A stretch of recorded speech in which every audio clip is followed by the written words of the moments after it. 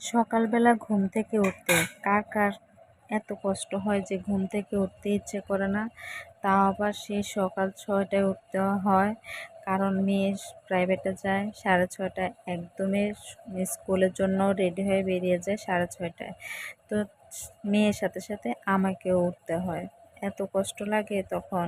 তারপরে মেয়ের কথা চিন্তা করে ওই কষ্টটা আর মনে হয় না, কারণ মেয়ে যখন স্কুলে যেতে পারবে, প্রাইভেটে যেতে পারবে, আমি তো ঘরেই থাকবো, আমি কেন উঠতে পারবো না, তাই না? তো হ্যালো এভরিওয়ান, কেমন আছো সবাই? আশা করছি ভালো আছো, আমিও ভালো আছি। আমার আরও একটা নতুন ভিডিওতে সবাইকে স্বাগত। তো মেয়ে প্রথমে উঠে গিয়েছে, উঠে ফ্রেশ হতে গিয়েছে, কারণ হচ্ছে মেয়ে যাবে প্রাইভেটে। ওই প্রাইভেটে একেবারে রওনা হয়ে চলে যাবে স্কুলের জন্য, প্রাইভেট থেকে স্কুলে চলে যায়। তো মেয়েকে খাবার তৈরি করে দিতে হবে, আবার কিছু খেয়ে যাবে। সকালে কিছুই খেতে চায় না, ওই একটা কেক খেয়ে যাবে, খেয়ে তারপর বেরিয়ে যাবে। আর নাস্তা তো দিয়েই দেয়, আর না হলে আমি গিয়ে এক স্যারের প্রাইভেটে গিয়ে দিয়ে আসি, তারপর অন্য স্যারের প্রাইভেটে চলে যায়। যাই হোক, এভাবে করে আড়ামোড়া করে ওঠে, উঠে তারপর মেয়ের জন্য চিন্তা করে তাড়াহুড়ো করে আবার উঠে যেতে হয়। এই তো এখন কিন্তু খাট গোছাই নাই, গোছাবো পরে। তো এই তো মেয়েকে আজকে পরোটা দিব, সেজন্য পরোটার ডোটা তৈরি করব তাড়াতাড়ি করে। আর মেয়ে কিন্তু নেয় নাই, তো মেয়ে খেয়েও যায় নাই, ওই টাকা নিয়ে গিয়েছে, সেজন্য আর দিলাম না পরোটাটা। ডোটা তৈরি করে ঢেকে রেখে দিলাম। মেয়ে দিক দিয়ে চলে গিয়েছে, আমি স্নান দান করে চলে এসেছি। সকালে একদম সকল কাজ শেষ, মাও একটু করেছে, আমি একটু করে সকালে স্নান দান করে চলে এসেছি। এসে একটু ধূপ দেখিয়ে নিলাম ঠাকুরের কাছে। আর এই জায়গাটা আসলে যে আমার কি শান্তি লাগে, এই একটা জায়গায় আসলে আমার খুব শান্তি লাগে, খুব ভালো লাগে, মন ভরে ঠাকুরকে ডাকি, কি আর বলবো। যাই হোক, এভাবে এই সকালবেলার এদিকে আধা ঘন্টার মতো আমার কাটাতে হয়, কারণ আমার অনেক কাজ থাকে এখানে, গীতা পড়া বা আমি যেহেতু অনুকূল ঠাকুরের থেকে নাম নিয়েছি, যারা জানো তারা জানোই, এদিকে অনেক সকাল সকাল অনেক কিছু করতে হয়। তো যাই হোক, আমি সব কাজ সেরে এখন চলে এসেছি নাস্তা তৈরি করতে। মাই পরোটাটা বেলে দিচ্ছে। আসলে গতকালকে সবজি রান্না করেছিলাম চিকেন দিয়ে, তো সেই সবজিটাই ছিল। তো বাবু বলতেছিল যে পরোটা বানানোর জন্য। তো এই যে এই পরোটা বানানোর সময় এই ঢংটা করতে গিয়ে আমার ক্যামেরাটার 12টা বেজে গিয়েছে। যাই হোক, অনেক কষ্টে আটাগুলা মুছে নিতে হয়েছে।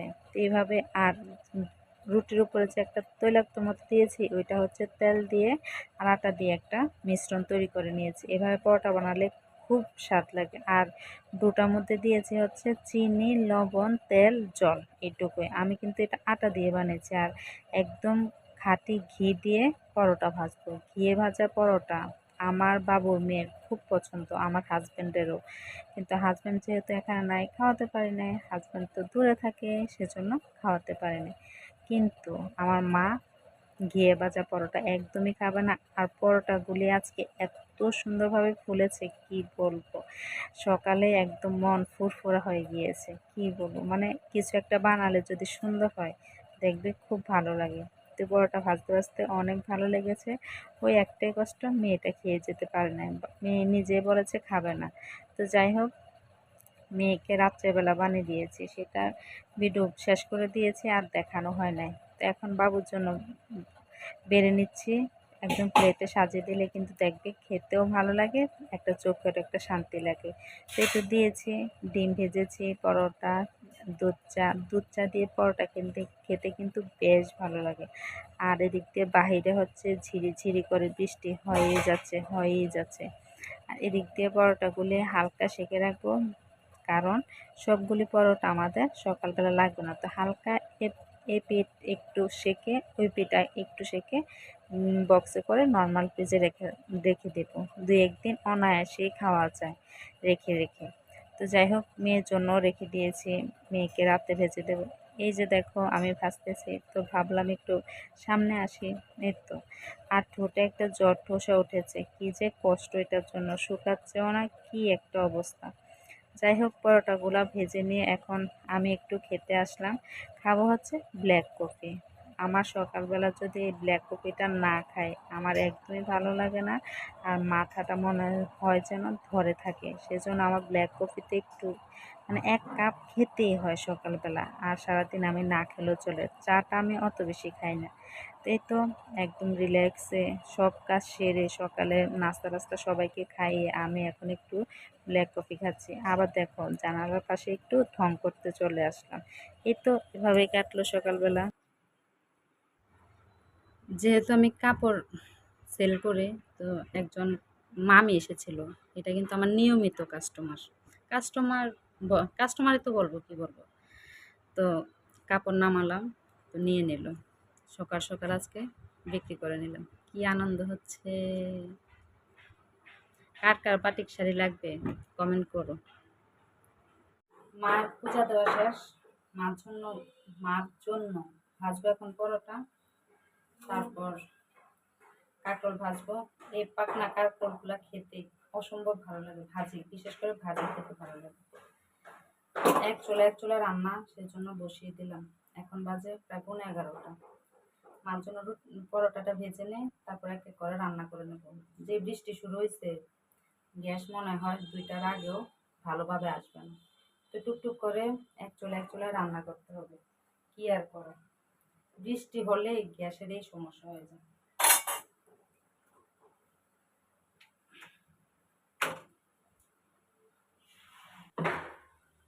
মা আবার ঘিয়ে ভাজা পরোটা খেতে পারে না, সেজন্য মার জন্য ভাজতে হয় তেল দিয়ে।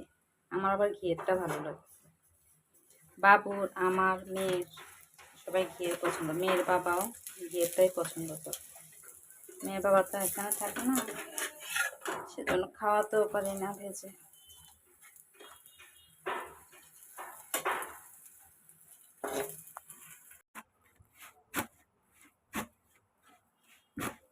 পরোটাটা গরম গরম এভাবে পিটালে একদম পেটায় পরোটার মতো হয়ে যায়। কত সফট একটা পরোটা, একদম পিটাই পরোটার মতো হয়ে গিয়েছে। আসলে আমাদের এখানে পেটাই পরোটা পাওয়া যায় না, পিটাই পরোটা, পেটাই পরোটা। সকালে একটু একটু করে বৃষ্টি হচ্ছিল, আর এখন ঝুমঝুম করে বৃষ্টি হচ্ছে। অতটা বোঝা যাচ্ছে না, কিন্তু অনেক বৃষ্টি হচ্ছে।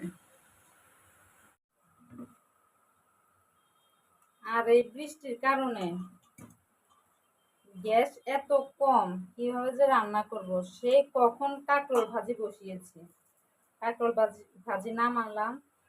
এখন এই যে ট্যাংরা মাছ ভাজবো। দুই তিনটা করে মাছ ভাজতে হবে। এতটা গ্যাস কম, বৃষ্টির সাথে যে গ্যাসের কি সংযোগ বুঝি না। বৃষ্টি আর হচ্ছে শীতকালে গ্যাস একদমই থাকে না। এই যে ট্যাংরা মাছ লবণ হলুদ দিয়ে মাখিয়ে নিচ্ছি। এখন আর কয়েকটা দিয়েছি শিং মাছ। এই যে বলেছিলাম মলয়া মাছ দিয়ে রান্না করবো। এখন কাগজ খুলে দেখি মলয়া মাছ ঠিক এইটুকু, কিন্তু মলয়া মাছ দিয়ে হবে না। সেজন্য ভাবলাম ট্যাংরা মাছ যেহেতু বেশি আছে, এই যে ট্যাংরা মাছ দিয়ে রান্না করি। ট্যাংরা মাছ দিয়ে কাঁকরোল রান্নলে কিন্তু ভালোই লাগে।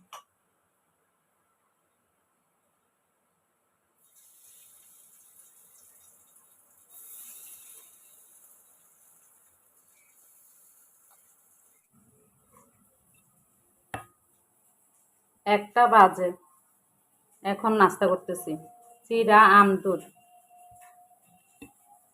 এই আমের সিজনে শুধু আমার সকালবেলা নাস্তা হচ্ছে এটাই, আম চিড়া দুধ।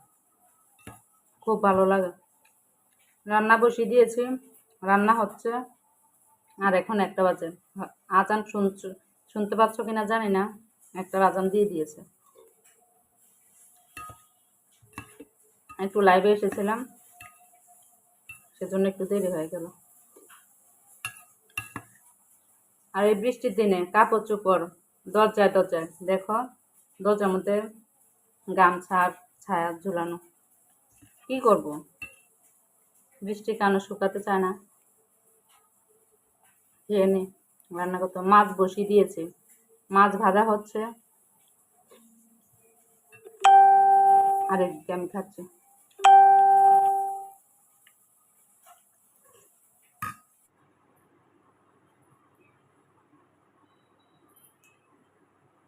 হাঁপাচ্ছি কেন?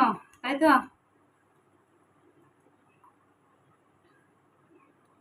তার কারণ হচ্ছে আমরা তো হচ্ছে বড়ুরা, বড়ুরার পাশে হচ্ছে ধলির পাড়। সেখানে চান্দিনার থেকে আমার মেসো এসেছে। ওদের বাড়ির এক মেয়ের বিয়ে ঠিক করতে, মানে ছেলে দেখতে, ছেলেকে আশীর্বাদ করতে আসছে। আর আমার মাসি এক গাদা জিনিস পাঠাইছে। বাসায় তো কেউ নাই, আমি নিচ থেকে 4 তলায় উঠাতে উঠাতে পুরো হাঁপিয়ে গেছি। এত কষ্ট হয়েছে, কেউ থাকলে হয়তো এত কষ্ট হতো না। এক এক আনার ফলে অনেক কষ্ট। হয়তো এটাই হচ্ছে মাসির ভালোবাসা। কয়েকদিন থেকে নিজের হাতে লাগানো ডাঁটা, চাল কুমড়া এগুলো পাঠায় পাঠায় বলতেছে, কিন্তু পারতেছে না। ফাইনালি আজকে যখন সুযোগ পেয়েছে, এক গাদা জিনিস পাঠাইছে। চলো তোমাদের সাথে একটু শেয়ার করি আমার মাসির ভালোবাসা। এই দেখো, বস্তাটা দেখছো? এই যে, এই যে 4টা নারকেল, একটা চাল কুমড়া, আর 2 কেজি দুধ। মাসির নিজের গরু আছে, আর এটাতে আছে হচ্ছে সবগুলা ডাটা। এই যে সবগুলা ডাটা, এত কষ্ট হয়ে গেছে কি বলবো। এই যে এইগুলা, এই ডাটা সবগুলা, এই যে পুরা ব্যাগ। অনেক কষ্ট হয়েছে। তোমাদের না দেখালে হয়তো বিশ্বাস করবে না। কয়টা বাজে দেখো, 2টা 41 PM, মানে দুপুরবেলা। এই মাত্র রান্না হলো। এই যে কাঁকরোল ভাজি, পাতলা করে মুসুরির ডাল, পেঁয়াজ সম্বাদ দিয়ে, পেঁয়াজ, শুকনা মরিচ, তেজপাতা, আর এই হচ্ছে ট্যাংরা মাছ দিয়ে কাঁকরোলের তরকারি, কাঁকরোল, টমেটো, আলু, আর ভাত এক মাত্রই উপর দিলাম। এই যে দেখলে তো কয়টা বাজে। আর এদিক দিয়ে একটু গতকালকে মাংস ছিল, সেটাই গরম করে নিচ্ছি মেয়ের জন্য। মেয়ের খাওয়াটা না হলে হবে না, ছোট মাছ একদমই খেতে চায় না। শুভ বিকেল বন্ধুরা, এখন বাজে হচ্ছে এই যে 4টা 37। মেয়ে এখনই আসলো, স্নান করতে গেল। একটা দিয়ে ছুটি হওয়ার কথা ছিল, কিন্তু আজকে আর একটা দিয়ে ছুটি হয় নাই, আজকে 4টা দিয়ে ছুটি হয়েছে। তারপর বাবু স্কুলের কাছে বাবুর দোকান, তো বাবু থেকে টাকা নিয়ে এসে দুপুরে যাই হোক কি খেয়েছে জানি না। এখন স্নান করতে গেলেও মেয়ের জন্য ভাত পারবো। আর আমি এখন গ্রিন টি নিয়ে বসেছি, যেটা আমার প্রত্যেকদিন বিকেলে না খেলে ভালো লাগে না। চলো মেয়ের জন্য ভাত পাবো।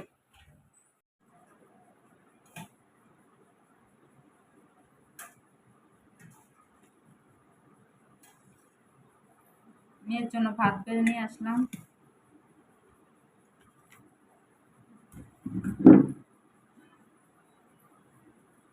কাঁকরোল ভাজি,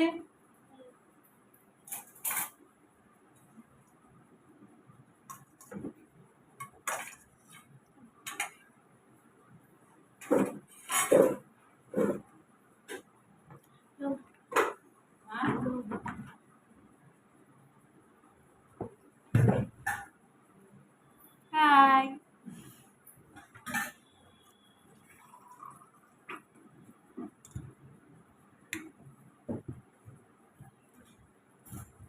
মাংস,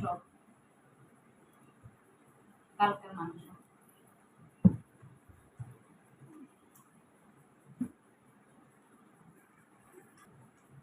এই যে মেয়ের মাংস, সবটা খাবে না। কাঁকরোল তরকারি, এটাতে ডাল, আর আমি খাবো গ্রিন টি।